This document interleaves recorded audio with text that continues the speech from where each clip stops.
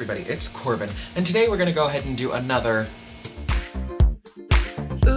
Yaoi review. So today we're going to go ahead and talk about this lovely puppy, Sea View, by Ayumi Kano. Now, I'm going to read the back, then we'll get into this loveliness. Kai's grandfather is a well-known architect, and the young boy cherishes every letter from his beloved relative, until the notes suddenly stop. Now, Kai must visit his grandfather's distant island home and solve the mystery for himself. Upon arriving, he meets the shy, aloof Michiru, a serious student at the school where Kai's grandfather once taught. Michiru may answer answers to Kai's burning questions, but will he cooperate? Can these two young men follow the clues and find their vanished hero? Sea View sets a sail for an enchanted territories, and you won't need a map to find plenty of hidden treasures. Good-natured Kai and quiet Michiru are as different as night and day, but their shared love of Kai's distinguished grandfather brings them together for the most challenging voyage of their lives. If they stick together and follow the twisted trail, the boys may even find that good luck and special friendships are waiting around the corner. So now, Sea View, this is two manga shorts, and they're very cute. With Sea View, what ends up really happening is it's two boys who share a love and admiration for a singular individual, and leads them down a kind of sort of unified path. With Kai, he's searching for his grandfather. With Michiru, he's searching for a way to tell Kai the tragic truth about his grandfather. So it's interesting.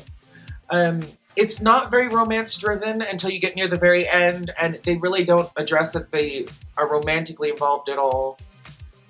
It's more, the way it reads is it's more of a friendship than a romance. It's well-drawn. It's a very traditional kind of style. There's nothing overly special about it. It's not very overtly pretty. The story is interesting because it is a mystery that we get led down and we find out a whole bunch of things that were hidden from Kai when he was little, and it's middle ground. It's not the best story in the universe, but it's not the worst. It will keep you interested. I found that by the time I had finished this one, I felt like the first story, the Sea View one, the titled story, by the time I finished reading that, I felt that it was complete and I didn't want to keep reading. And I felt like the second one, when I first started it, was more of a preview. But I'll get into the second one now. Now, the second one is called Blossoms. Vow of the Blossoms. Now, Vow of the Blossoms is about a photographer who gets permission to photograph a very private family's private gardens and take pictures of the blossoming flowers that are worldwide extinct except for their garden. It's the only garden in the world that has these particular blossoms. And he ends up falling in love with a teenage boy who cares for the gardens and is going to be head of the family.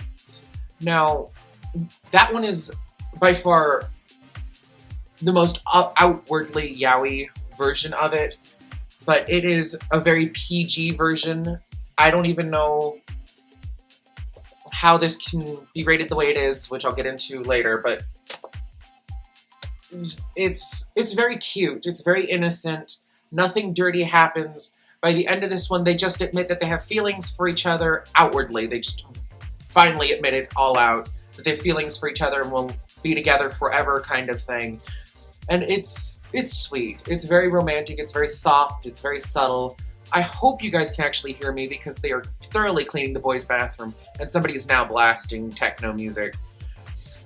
So, it is very cute. It is actually my favorite of the two stories in this one. Now, it's rated 16+.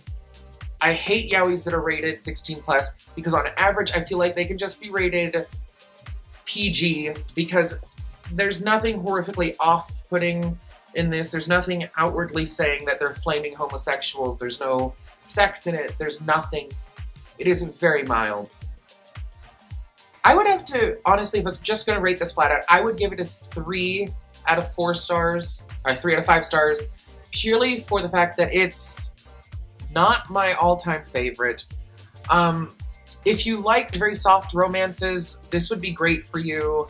It's not particularly anything to write home about as far as smut factor. It isn't even on the radar on smut factor.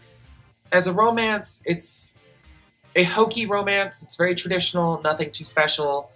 So as far as getting it and having to have it in your collection, I'm middle ground on it. So you can live with it, you can live without it, you read it online for free if you want to. Otherwise, it's just there. So yeah, you guys, I hope you enjoyed it. Remember, like, favorite, subscribe, and I'll talk to you guys later. You like what you see? Then... Subscribe!